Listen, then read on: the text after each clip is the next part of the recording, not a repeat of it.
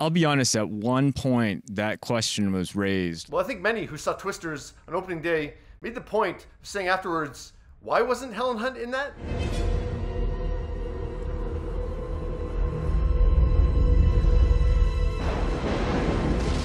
I've never been asked to do a sequel. We knew that Helen tried to develop a sequel back in 2020. Twister 2, I want to see it. I tried to get it made with David and Raphael and me writing it and all black and brown storm chasers, and they wouldn't do it. I was going to direct it. Are you kidding? That's brilliant. I'm not kidding. We couldn't even get a meeting. But they went in a different direction.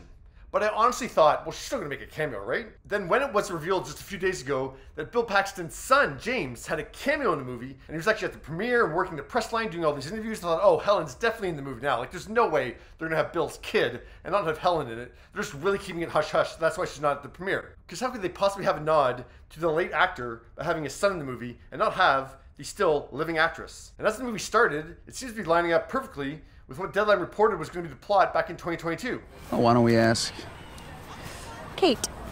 Hi, Kate. I'm Tyler. The hope is to bring Helen Hunt back with a drama that focuses on the daughter she had with the character played by the late Bill Paxton. She's caught the storm-chasing bug her parents had. Moisture levels are just right and lots of Kate. What else are you seeing? Flow is clean, pulling tons of warm, moist air from the south. That plot resembles what the late Bill Paxton proposed on Larry King Live in 2015 before his death in 2017. Now, it's been 20 years, so Helen and I think we'd have to have a teenage daughter who's run off with a college guy and they're out storm chasing. That appeared to be the movie that we were watching in July 2024. In the opening sequence of Twisters, the new team, led by a female character, Kate, played by Daisy Edgar Jones, uses a device called Dorothy 5. Dorothy was the name of the device that Joe and her team invented in the original movie. I can't believe you did it. We built 4 of them. Dorothy 4 was the device that was used in the final sequence of Twister.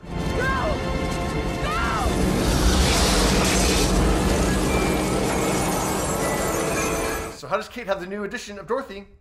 And then Kate withholds her last name, and her mom is talked about. Her mom even calls her on the phone at one point. She doesn't answer. Heck, Kate even has similar fashion sense to Joe, Helen Hunt's character, with her white tank top and beige sand-colored pants and jacket. Then Kate heads home, and the rap writes, her mother is bathed in shadow. As she steps forward, the audience braces for the big reveal. But alas, it's not Helen Hunt that emerges from the darkness. It's Mara Turney. I love Mara Turney. Love, love, love Mara Turney. And yeah, so does the rap.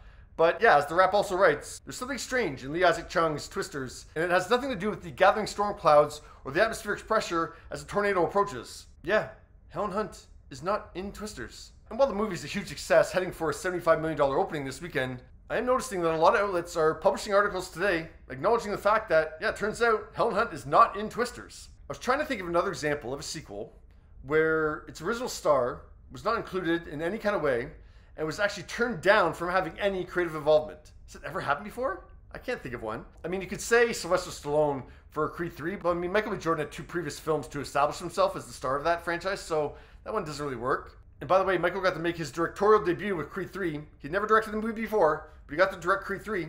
Helen has directed 2 movies, a bunch of major TV shows, and she was on set of Twisters every day. Lee Isaac Chung was hired in December 2022 after Joseph Kowinski dropped out to go direct F1 with Brad Pitt, which comes out next year. Lee directed the incredible Minari. That film didn't prove that he could handle Twisters. Helen had a more extensive directorial resume, and once again, she was on set every day. Lee gets hired, while Helen even struggled to get a meeting. Okay. Now this is not on Lee at all, but unfortunately he's the only behind-the-scenes creative that the media has access to, so he's got to answer the question.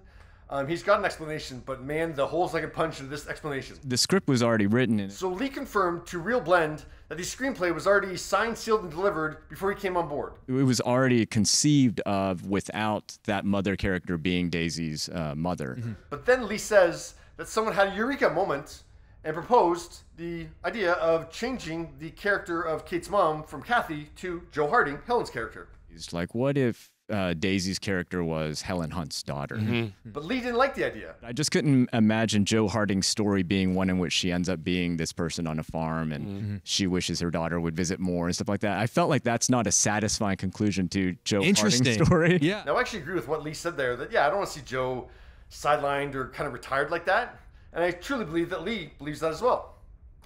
But I also can recognize that that is the perfect PR line to respond to this issue. It's perfect. Let's just table that discussion. Now, the story that Lee just told doesn't make sense to me. According to him, the screenwriter wrote a script without Joe in it. Amblin liked that script without Joe in it.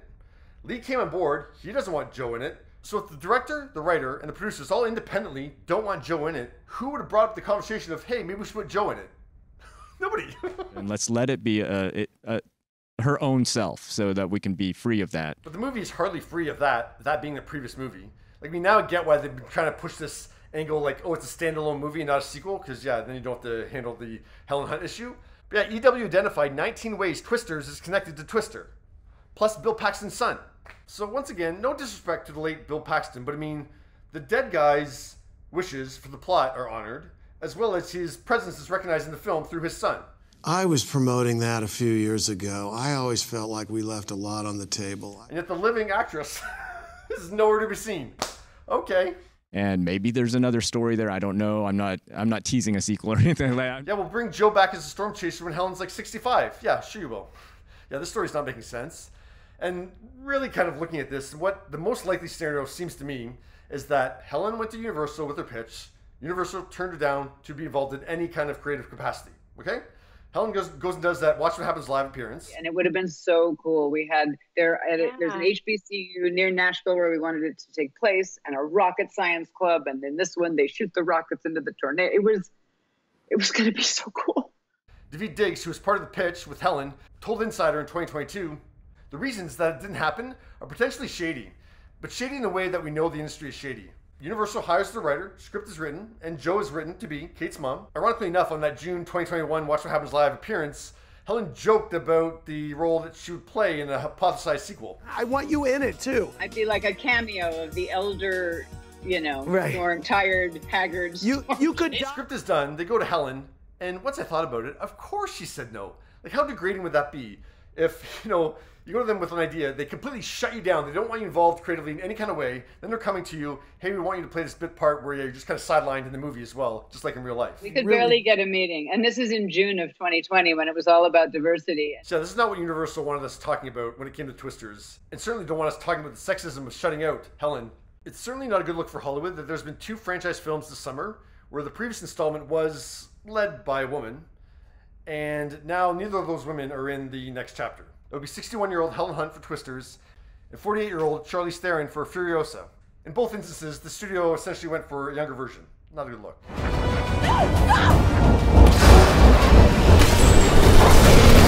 And I'm not knocking what Twisters turned out to be. It's perfectly fine, and it's a big hit. But why is there any reason to think that Helen Hunt wouldn't have been able to do as good, if not better job, than what the movie turned out to be? And didn't she earn the right to at least be in the room where it happened? Like, she gets shut out of that? Ridiculous. What are your thoughts? I can't believe you actually did it. Well, we did it. All right.